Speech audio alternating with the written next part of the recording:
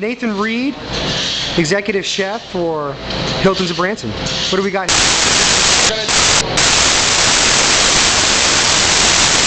We're up here today at Trophy Mediterranean Restaurant. We've been open, I think, a grand total of about 4 or 5 days.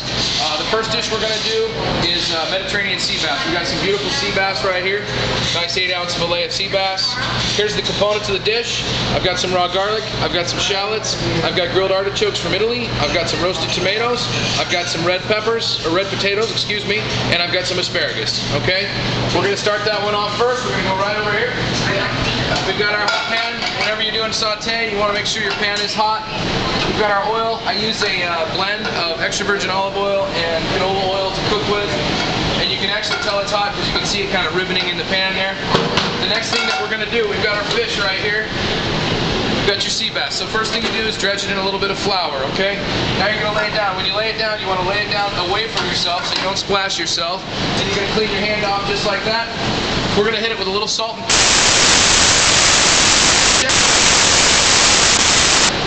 and we're just let that cook. Now, while the fish is cooking, we're going to hit it with a little bit of garlic and a little bit of shallots. Now, you don't want your oil too hot or your garlic and shallots are going to burn. Okay? Next thing we're going to do, we're going to go over here, we're going to grab our roasted tomatoes. And that's going to keep our garlic and shallots from burning. We're throwing in our artichokes. Then we're going to take it back to the ounces of white wine is all you need. Put it back on. Next thing we're going to do is just flip the fish over real gently. You don't want a lot of color on the fish for this dish. You want it nice and light. It's a very delicate, light dish. Okay? Next thing we're going to do, I've got an oven right here. We're at about 450 degrees. It's going to go in the oven to finish. The thickness of that fillet is going to take about 5 to 7 minutes to cook. Okay? Now, while we're waiting for that, I've got another hot pan ready to go. I'm going to put a little oil in. This is a very, very simple pasta to make. It's called bucatini amatriciana. Bucatini is like spaghetti, but it's hollow on the inside. Okay? So here's our ingredients for the bucatini. We've got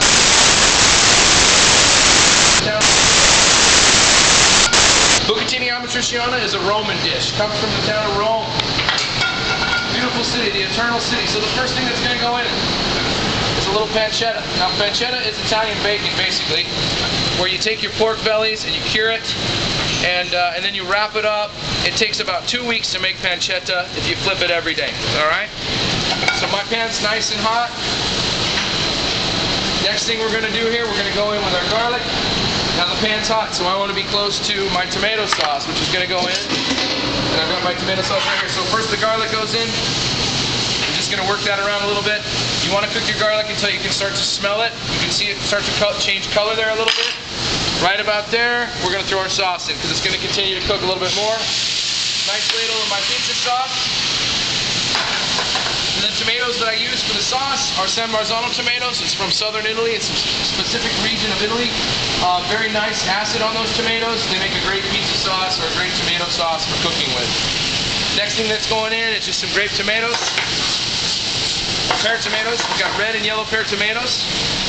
Our pasta. We're going to drop our pasta down in the water here. Just heat it up again real quick. And then the last thing that we're going to do, I've got some chili flake. This pasta has a little kick to it. Alright, we're going to throw some chili flake in. I like it nice and spicy. Alright. Next thing here, you've got your bucatini. I like to put a little bit of water in my pasta. When I first drop it in, it just kind of loosens everything up a little bit. We're going to let that cook. You always want to reheat your noodles in the sauce. That's going to get the sauce into the noodle and give you a better flavored tasting pasta. Last thing we're going to do here, it's a beautiful thing. You got your sauce nice and tight. We don't do mom sauces. We don't do lots and lots of sauce floating in a pool of butter or sauce. What we're going to do here, we've got it nice and tight. I've got about 2 to 4 tablespoons of butter, probably closer to 4 there. We're going to melt that up right here. We're just going to kind of work it over the heat here.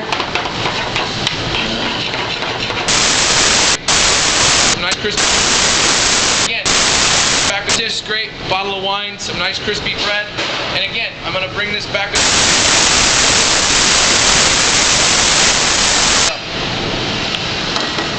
So, last but not least, We've got our nice pasta bowl there.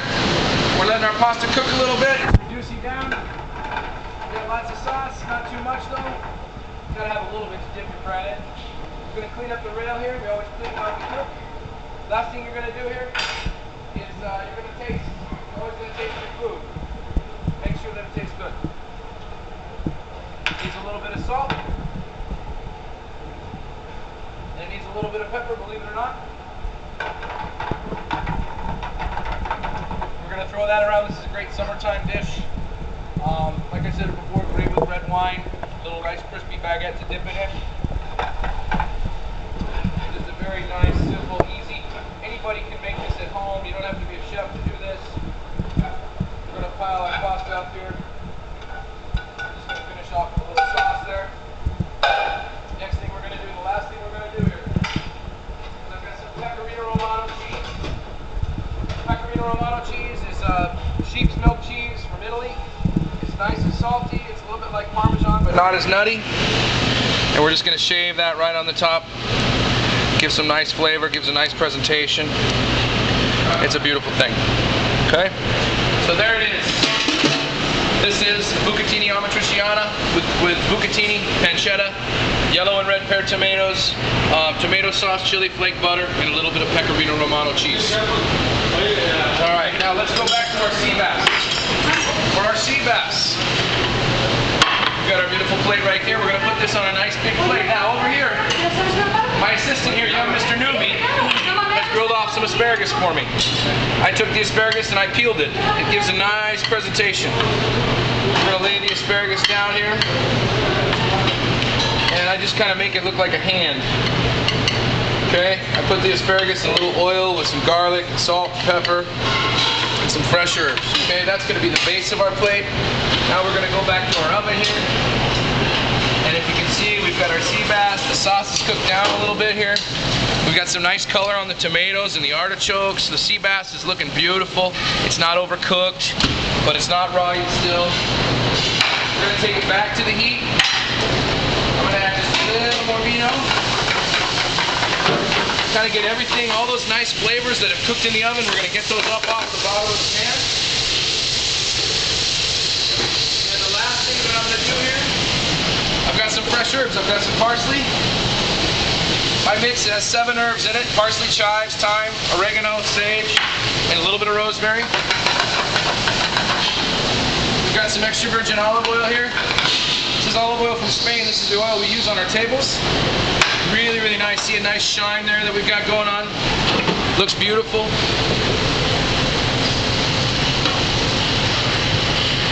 Alright. And then the last thing we're going to do here for presentation, we're going to take the fish out of the pan. We're going to put this back on. We're going to taste it again. Make sure it tastes good. Give it a little taste here.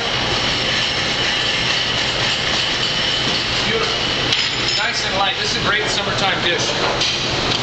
Also, this is a really nice and healthy dish. And then what I do, I just take and pile everything up here. You've got all your juices are going to kind of fade out there and make a nice little mosaic. And there you go. So here we have our 2 dishes, the bucatini amatriciana and our Mediterranean sea bass from Trophy Restaurant inside the Hilton of Branson.